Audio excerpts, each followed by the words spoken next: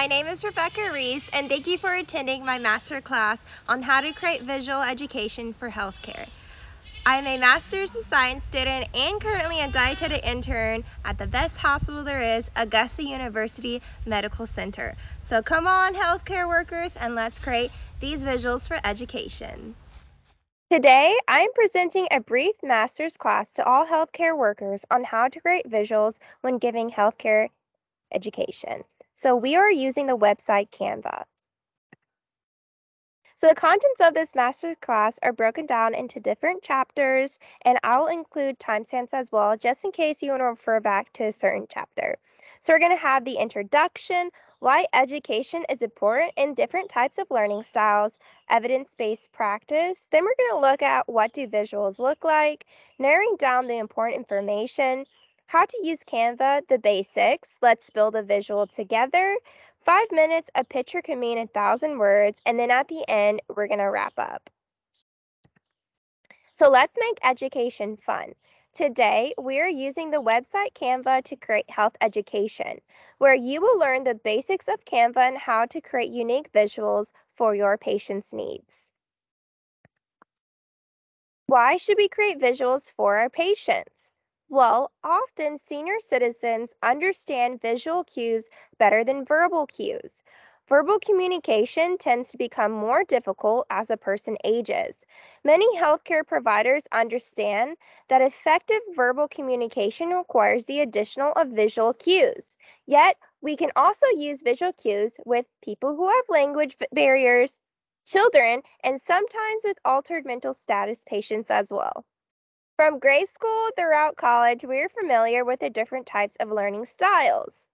Drop in the comments down below what type of learning style you are. By creating visuals for your patients can learn by seeing new information and tap into their kinesthetic learning abilities by the teach-back method with their newfound knowledge.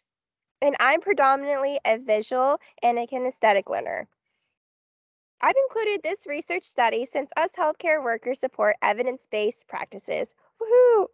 This study is on the role of visual learning in improving students' high-order thinking skills. Our patients are our students. So from this study, many studies report that 75% of all information processed by the brain is derived from visual formats. That's an amazing fact that we can use to our advantage to help reduce the rate of readmission. What do visuals look like? Comparing original education to the one you create. So my practice is in the nutrition field. So for the example, I am using our generic nutrition education found in the nutrition care manual. Yet these tips can be applied to any healthcare education. On your left is the generic plate method created for a carbohydrate counting diet. This visual education is a great resource to pull information off from, yet there's a huge chunk of written information that could make the patient feel overwhelmed. I like to think the first time learning about counting carbs is your first day of organic chemistry, frustrating and hard. So why not make education fun and easy? The handout on your left was made for a general population and not for your specific patient. But the handout on the right, you physically create a plate of your patient's usual food they eat using their dietary recall collected from the initial assessment. This way, we can represent all cultures, fit all foods and drinks, and eliminate resistance with our patients.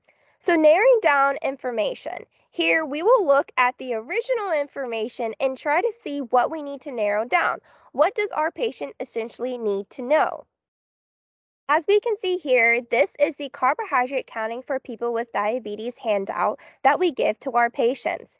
But as you can see, I've highlighted the bullet points. There's a whole bunch of information that often our patients could feel a little bit overwhelmed. There's recipes, there's little notes on it that I created a visual for my patient using their unique needs. So what we're going to focus on are the bulleted headers and the bullet points on our visuals for our patients. Also include the whole packet of information, but something quick and easy for them to refer back to. So in Chapter 3, we're going to learn how to use the basics of Canva.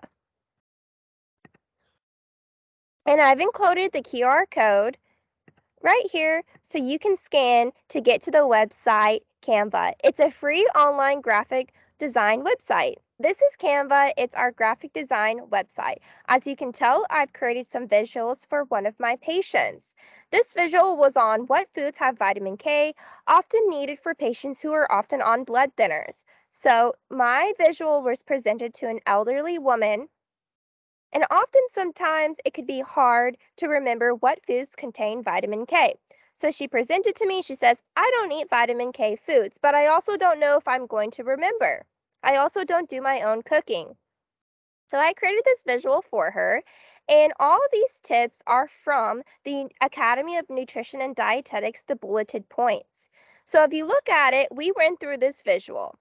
The collard greens contain vitamin K, broccoli, Brussels sprouts, cabbage, asparagus, peas, the different types of grapes, cucumbers, pickles, blueberries, blackberries, and kiwis. Made sure that she gave this to the people who prepare her food, and she also can refer back to what foods provide vitamin K and how she can keep her diet consistent. So let's make a visual together. So the basics of Canva. What we're going to do is right here, there's more, there's the background, there's the photos, there's the text, there's the uploads, and here are the elements. So what we're going to do is we're going to go home. We're going to create a design. We are going to look at what dimensions we're going to use. Often I like to create flyers for my patients. This is a flyer that we will be using for a case study patient. Let's build a plate together. How to use Canva. Here, I'll walk through creating unique educations for patients using our case study patient. For the purposes of this presentation, patient identifiers have not been included and information has been changed. Meet Samantha. Now, remember, I'm using nutrition as an example, but we can apply these tips to any healthcare profession. Meet Samantha, our case study patient. She's a student at Augusta University wanting diet education on the carbohydrate-controlled diet. She usually eats a Puerto Rican cuisine, but is open to try new foods. Using her diet recall, you conclude she usually eats plantains, corn, pork, and majority starchy vegetables. She doesn't like peas, carrots, collard greens, but loves dark leafy greens and tomatoes. Using our initial assessment, we can plan out how many carb count they need from their calories. So as we can see, our patient Samantha, she eats a Puerto Rican cuisine. So using the carbohydrate count plate method, we can refer to the American Diabetes Association pamphlet. So this is what the pamphlet looks like. It gives half the plate should be non-starchy vegetables, carbohydrate foods, protein foods should be 1/4 of the plate, and then fourth, we should use a drink option, water or a non-calorie drink. We can learn and teach our patients what vegetables are non-starchy vegetables, including proteins, fruits, and fats. But let's wrap it all together and give them their own unique handout, and also let's build a plate with them. We can use the teach back method. And I calculated out that Samantha needs 3 to 4 carb counts plate method. She says she likes to drink water, and she says she likes leafy greens and tomatoes. So remember, half the plate is non-starchy vegetables. We know dark leafy greens and tomatoes are non-starchy vegetables. We can click on the elements and type up tomatoes. Here we see we can click on it and it automatically puts us on the screen.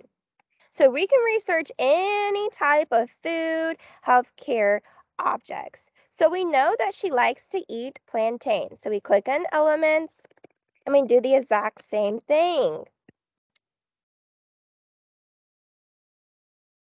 Find some plantains. So as we can see, we can type in the amount of plantains and how many carb counts they are for our patients. Next, she tells me she likes corn, but she doesn't know how much corn she should be eating. We tell her that half a cup cooked corn equals 1 carb count. So again, we type in corn,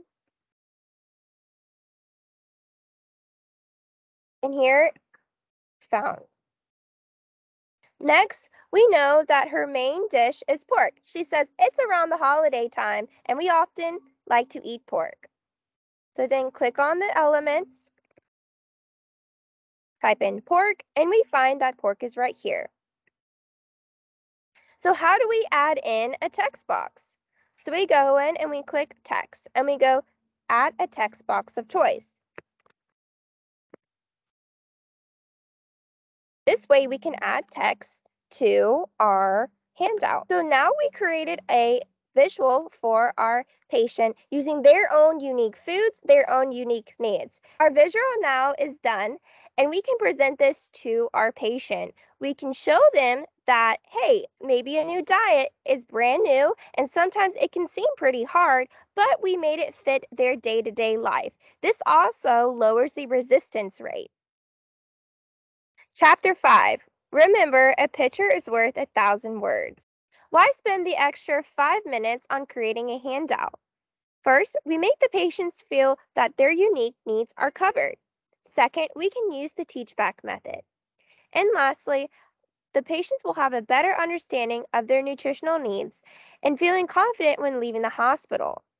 Also, we lower their readmissions rates because they have a better understanding on their newfound diet using the visual handout we created. Lastly, they have a better understanding of their nutritional needs and feel confident when leaving the hospital. We also lower the readmissions rate because now they truly understand using their visuals on their diet education. We can also use that visual. It's a simple, handy-dandy visual to give to other people who weren't necessarily there for the diet education, but can truly know and read and understand the education using the visual. That wraps up our masterclass on how to create visuals for healthcare education. And y'all, remember to eat your greens. Thank you so much for attending my master's class. I've included my contact information and check out my nutrition website and portfolio. And that's a wrap on my master's class on how to create visuals for healthcare education. Until next time, my name is Rebecca Reese. And remember, a picture can mean 1,000 words. Bye y'all, have a good day.